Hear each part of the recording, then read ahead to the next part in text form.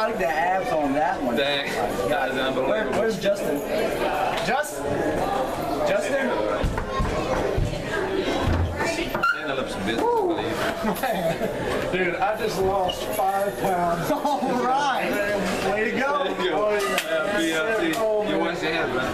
Yeah.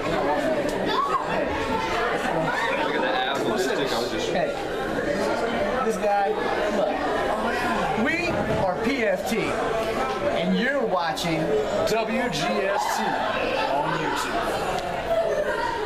only.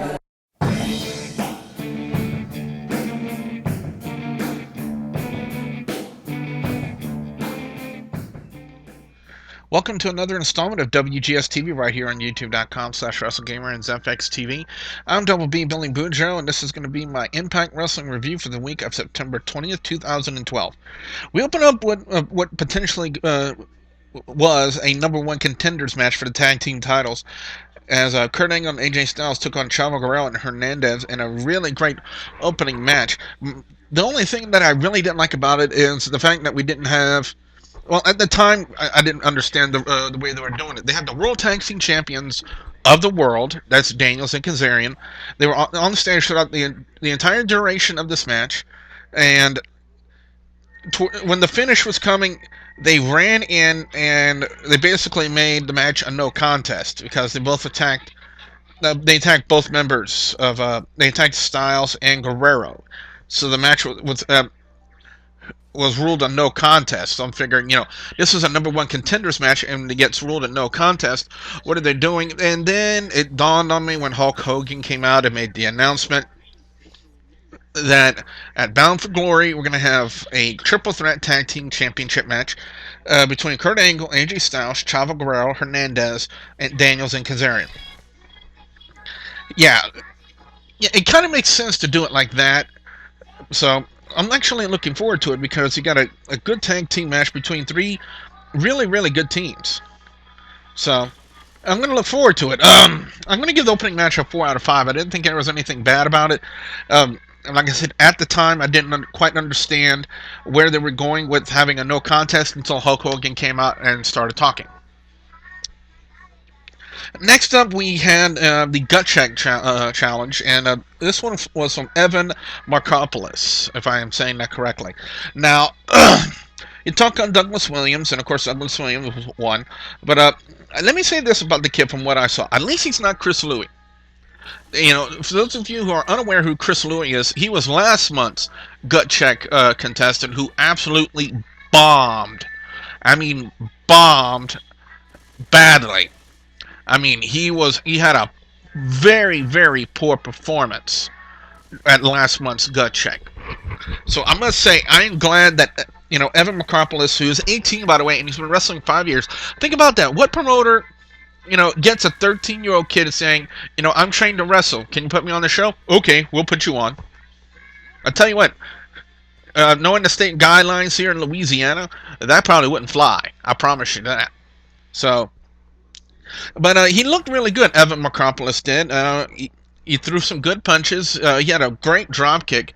And he was really getting the crowd into it, too. And that's always a plus, is how well you can get over on the crowd. And for a relative newcomer, someone that the TNA audience hasn't seen before, like in Evan Markopoulos, he was getting the crowd going before the match. And that's always a plus to me, that you get the fans excited about you. And that's what he did.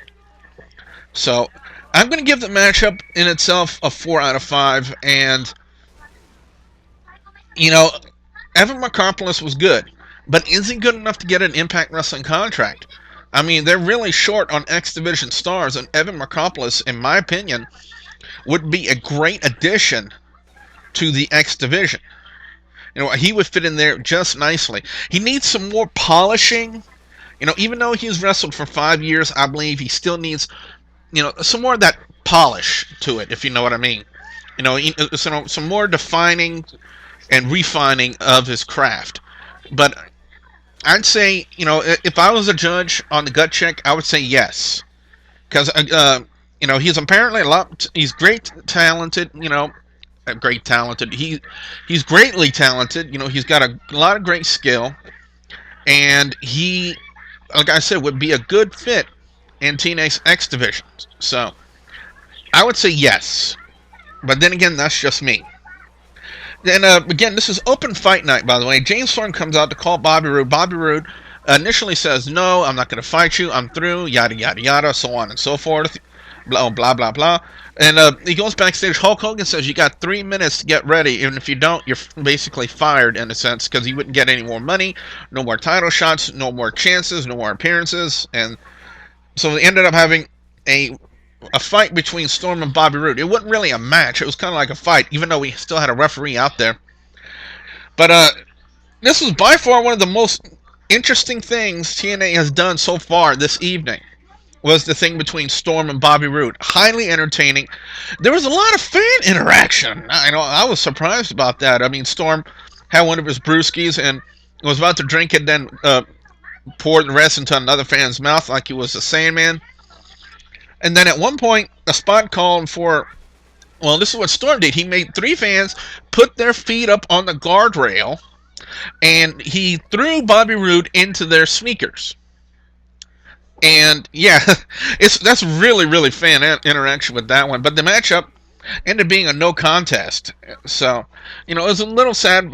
Maybe this wasn't the time to have a clear-cut decision, a clear-cut winner in this feud, because we're probably going to see more of it at TNA's Bound for Glory. So look forward to more stuff from Storm and Roode, quite possibly at the pay-per-view, and hopefully it'll be just as good, if not better, than what they did tonight. 4.5 out of 5. I thought it was that good. I was highly entertained. By far, that was the thing that kept me mostly interested in what was going on in TNA. Speaking of what was going on in TNA, the next segment involved Tara, the newly turned heel Tara, and apparently she came out in a... Well, let's just say this. Tara turns heel, she also turns a little cheeky. If you kind of catch my drift. You would have to watch Impact to kind of get what I'm talking about. But she comes out and... apparently to complete the heel turn that apparently she was very unsuccessful in doing last week because the fans cheered for her when she turned on Miss Tessmacher. So apparently now Tara, apparently comes out to complete the heel turn. She attacks the crowd. Starts getting the crowd to hate her, and then she calls out Christy Hemme, starts being a bully to Christy Hemme, and then that draws out Miss Tessmacher, and Tara leaves the ring. 3.5 out of 5. I really don't understand what was the point of that segment. I guess possibly a filler or something like that. Or maybe to fully complete the heel turn of Terror. You never know. But anyway, the next segment involved Hulk Hogan. Apparently during the night, he got a phone call from Joseph Park saying that he had some evidence on leading to the identity of the Aces and Eights, and apparently Joseph Park gets kidnapped by the Aces and Eights. Hulk Hogan comes out and apparently received a phone call saying that the Aces and Eights have invited him into their clubhouse next week, pending the release of Joseph Park. And Hulk Hogan agreed to it only if Joseph Park would have been released. They showed a video on the Titantron where the Aces and Eights not only destroyed the computer, but apparently, because this is... Well, I'll say what happened, and then I'll tell you why I say apparently. They took another ball peen hammer and knocked Joseph Park out. And the reason why I say apparently is because right at the moment of the hit, you hear that sound? They zoom the camera in so you can't see it. The only thing you see is Joseph Park being knocked out. That's the only thing you see. So, yeah, this, like I said, Aces and Eights... Yeah, it's interesting, but it's starting to get a little drawn out. So you'll possibly need to get a conclusion to this, possibly at Bound for Glory. That's probably where we might have a conclusion to the whole thing with the Aces and Eights. I want to say 3 out of 5 on this one. Reason why, yeah, it wasn't bad, but it wasn't good either. So I don't really, indifferent. I'm really indifferent on the Hulk Hogan Aces and Eights thing. Because, like I said, even though it's interesting, it's starting to get a little drawn out. So, that's what I have to say about that. Main event, it saw Austin Aries calling out Bully Ray in a great match. Again, top-notch stuff from Bully Ray and Austin Aries. Bully Ray sneaks the chain in behind the referee's back, knocks Austin Aries out, and covers him, gets the pin. And then after the pin, he's so happy that Bully Ray hops on top of Earl Hebner and looks like he was about to make sweet man love to Earl Hebner. Yeah, why in the world did I just say that? I have no idea, but that's what it looked like. So, does this mean Bully Ray is going to get more involved in the title picture? I don't know. But speaking of the title, Bully Ray grabs the title and looks like he's about to hit Austin Aries with it. Was about to waffle him with it, and out comes Jeff Hardy, who was scheduled to be Austin Aries' opponent, the Bound for Glory Series winner, and he stops Bully Ray from the attack, and then that peeves off Austin Aries, saying, "I didn't need your help," and that's how we left off the TNA Impact Wrestling for this week. Main event's going to get a 4 out of 5. A lot of great stuff. Fans need to realize you cannot touch wrestlers, and apparently a fan touched Bully Ray, and he called him an Austin Aries fan. I got to make note of what Austin Aries said. He said, "That's no fan of mine, because after you punch him and get through with them, I'm going to come down there and punch him." Fans need to realize you can't put your hands on the wrestlers. You can't do that. You're there to enjoy the show, but you cannot become actively involved unless they ask you, like the fans with James Storm earlier in the night. Overall score for Impact Wrestling this week, not much to say on this week's Impact Wrestling. 3.5 out of 5. Not a lot going on. There was a lot of drawn out segments. It was a great opening with the tag match. Evan Markopoulos looked really good. James Storm and Bobby Roode fighting to a no contest was highly entertaining. I really don't know if I'm interested or not on what they do with Hulk Hogan and Aces and Eights next week, but it's interesting yet drawn out, like I've said. And a great main event with Bully Ray and Austin Aries, but will this mean that Bully Ray will be inserted into the title picture in Bound for Glory?